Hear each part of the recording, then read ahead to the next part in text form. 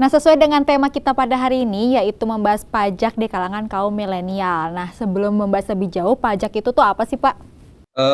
Wah, kalau bahasa undang-undangnya agak kaku ya. Tetapi pada prinsipnya adalah pajak itu kontribusi wajib kepada negara yang terutang atas orang pribadi atau badan ya, yang bersifat memaksa berdasarkan undang-undang.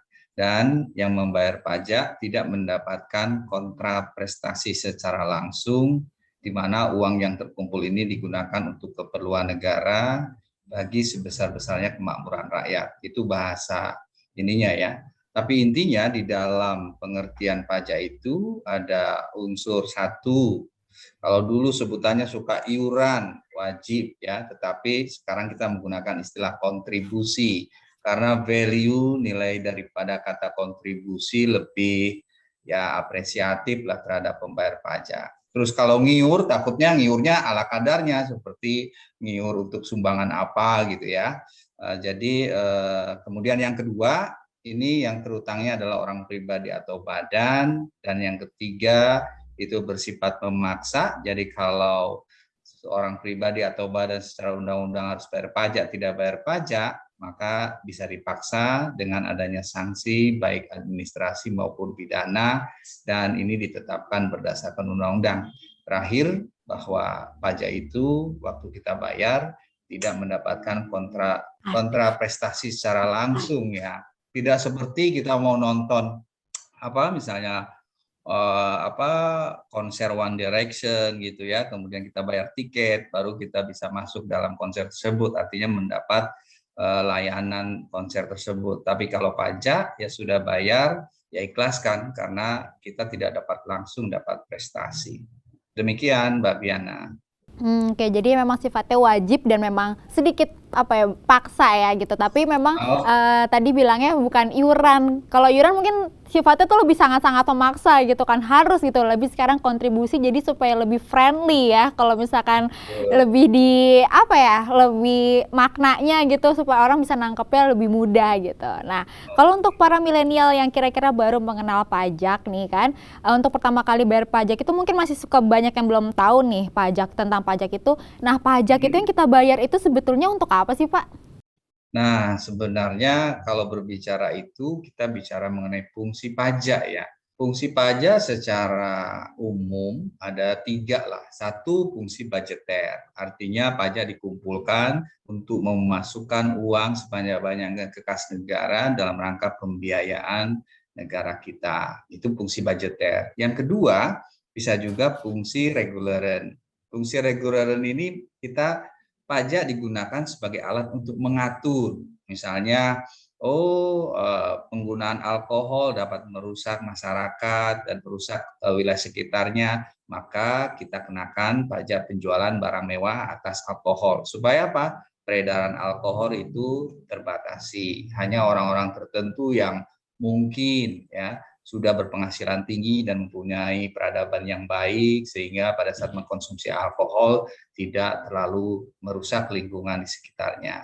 Dan yang ketiga, fungsi pajak juga adalah bisa ada fungsi lainnya lah ya. Fungsi lainnya itu ya redistribusi dari orang kaya yang penghasilannya tinggi kepada orang miskin untuk mendapatkan bantuan, atau mungkin untuk sebagai alat demokrasi ya. Kita sering mendengar bahwa demokrasi yang sesungguhnya adalah dari rakyat, oleh rakyat, untuk rakyat. Sama, pembiayaan negara yang baik itu kalau dari rakyat, oleh rakyat diterimanya, dan untuk rakyat. Gitu loh, Mbak. Jadi jangan sampai bahwa kita sangat didominasi oleh pembiayaan utang. Lebih baik kita dari diri sendiri untuk pemakaian sendiri dan kepada uh, masyarakat kita sendiri. Demikian, Mbak. Oke, Itu itu. fungsi pajak. Oke, itu berarti fungsi pajak untuk individunya gitu. Nah, kalau misalnya pertanyaannya, kan sebagai pajak ini kan bisa menjadi pemasukan terbesar anggaran pendapatan dan belanja negara atau APBN. Nah, Ya. sebetulnya seberapa penting pajak bagi suatu negara, Pak? Oke, konkretnya mungkin begini ya. Apa yang tadi saya gambarkan panjang lebar itu konkretnya begini. Sekarang kita sedang menghadapi pandemi bersama.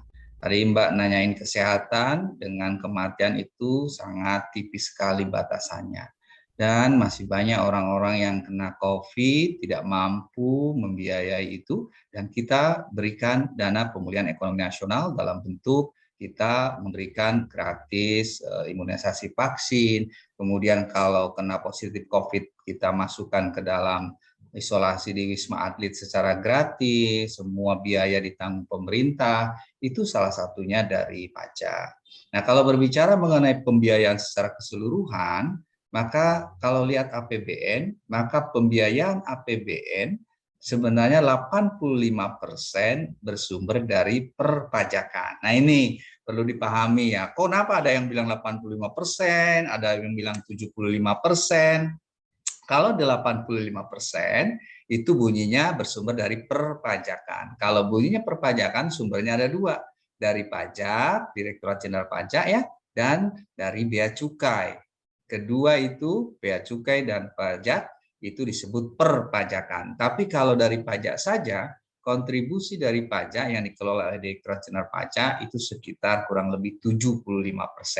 Jadi sahabat milenial kalau mendengar, kok kadang-kadang berubah-ubah sih 75% kontribusinya, ada 85%. Nah itu mungkin di depannya perpajakan atau pajak gitu. Demikian Mbak Fiana. Nah, menurut Bapak sendiri nih Pak, generasi milenial kan saat ini taat membayar pajak, apakah sudah banyak atau presentasinya malah nggak sesuai target? Nah, kalau memang secara bicara generasi milenial, saya belum mendapatkan informasi spesifik tentang generasi milenial ya kontribusinya. Tetapi generasi milenial salah satunya masuk dalam kriteria wajib pajak orang pribadi. Dan wajib pajak orang pribadi itu totalnya adalah sekitar 257 juta, itu populasi daripada wajib pajak orang pribadi ya Pak ya. Dari 257 juta penduduk Indonesia, itu ternyata yang punya NPWP itu 30,08 juta atau 30 jutaan lah. Dari 30 juta yang punya NPWP, ternyata yang lapor pajak 12,7 juta ya. Dari 12,7 juta yang lapor SPT, ternyata banyak yang nihil. Yang bayar pajak cuma 1,5 juta.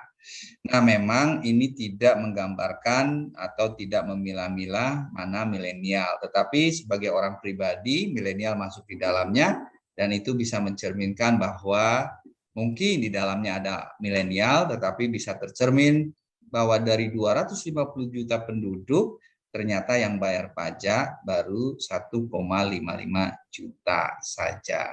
Jadi menurut saya kontribusi wajib pajak orang pribadi termasuk di dalamnya orang milenial itu masih sangat kecil. Oke, sekarang mungkin pertanyaannya gini Pak, kalau misalnya untuk orang yang sudah kira-kira milenial itu kan luas ya Pak ya, umurnya juga range-nya berbeda-beda gitu. Tapi kalau misalnya untuk orang diwajibkan untuk bayar pajak, range umurnya deh Pak. Kita bicara umur tuh dari umur berapa sih Pak? Atau ketika dia sudah apa? Pertanyaan yang bagus ya, sederhana tapi susah menjawabnya. Tapi begini Mbak Fiena, bahwa perlu dibedakan ya, ini memang beda-beda tipis lagi ya Mbak Fiena. Subjek pajak dengan wajib pajak itu berbeda ya. Dari suaranya berbeda, bunyinya berbeda. Subjek pajak itu adalah potensi pembayar pajak, ya. Wajib pajak adalah mereka yang sudah wajib membayar pajak. Jadi subjek pajak itu, potensi pembayar pajak itu bisa juga bayi, bisa juga anak kecil, bisa juga Mbak Viena gitu ya. Makanya kalau di suatu rumah sakit bersalin gitu kan, ada orang yang mau melahirkan kemudian terdengar tangisan suara bayi, maka kalau saya di sana yang menunjukkan bahwa itu telah lahir ya bayi baru, saya langsung sujud syukur ya. Kenapa? Alhamdulillah telah lahir subjek pajak baru. Nah itu subjek pajak tuh potensi pembayar pajak ya. Jadi nah nanti dia akan berubah menjadi wajib pajak pada saat dia mendapatkan penghasilan. Namun penghasilan pun ada batasan yang tidak dikenai pajak, yaitu untuk orang pribadi 54 juta. Jadi kalau di bawah 54 juta, ya dianggap belum melewati threshold dan sehingga dia tidak masuk dalam kriteria wajib pajak. Nah sekarang tadi Mbak Viena cantik tuh, sesuai dengan Mbaknya ya, cantik ya. Jadi pertanyaannya bagus, umur berapa sih seseorang itu bisa masuk dalam kriteria wajib pajak? Nah, pertanyaannya bagus, memang bisa saja seorang artis cilik misalnya, kalau dulu saya mengetahui ada penyanyi cilik dan lain sebagainya, atau Joshua pada saat saya masih kecil gitu ya, generasi X, kalau mungkin Mbak ini generasi milenial ya, dia sudah bisa menghasilkan income ya, tetapi pertanyaannya dia bisa nggak sudah menjadi wajib pajak? Nah, jawabannya untuk orang yang belum dewasa, yang masih dalam pengawasan orang tua, itu penghasilannya atau status wajib pajaknya ikut ke orang tua dulu.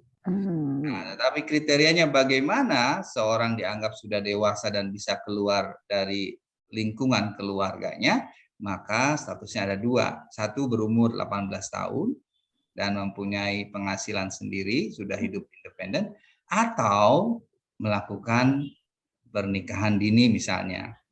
Artinya udah menikah, keluar dari orang tua, itu dianggap sebagai subjek pajak dan wajib pajak tersendiri. Nah sekarang banyak atau tidaknya dari generasi milenial yang nggak bayar pajak atau kewajiban, namun dia tuh selalu nuntut haknya? Nah, sebenarnya tidak hanya generasi milenial sih. Generasi orang dewasa, baby boomers, generasi X seperti saya juga, banyak sih yang bicara mengenai gimana sih ini jalan rusak terus, gimana sih shelter nggak baik, gimana sih lalu lintas berantakan. Padahal dia juga tidak memiliki kontribusi dalam bentuk membayar pajak ke negara. Seharusnya orang yang mengatakan demikian adalah orang-orang yang memang sudah membayar pajak dan dia merasakan bahwa ternyata tidak ada prestasi yang diberikan oleh negara. Begitu. Nah, tetapi sudah bayar pajak pun ya tadi tidak mendapat kontraprestasi langsung kan, Mbak. Jadi tidak dirasakan kita mendapatkan lalu lintas yang lancar karena ada Pak Polisi, ada lampu merah, itu sebenarnya dibiayai dari pajak. Begitu. Hanya orang-orang yang kita sebut dengan istilah generasi pre-rider. Jadi bila menuntut hak kepada negara atas fasilitas dan sarana, tetapi dia sendiri pas untuk membayar pajak tidak mau membayar pajak. Demikian, Mbak. Dan masih banyak lagi yang pengen aku tanya nih soal pajak di kalangan kaum milenial, tapi kita break dulu ya Pak. Jadi Smart Viewers jangan kemana-mana, tetaplah bersama kami di Good Talk.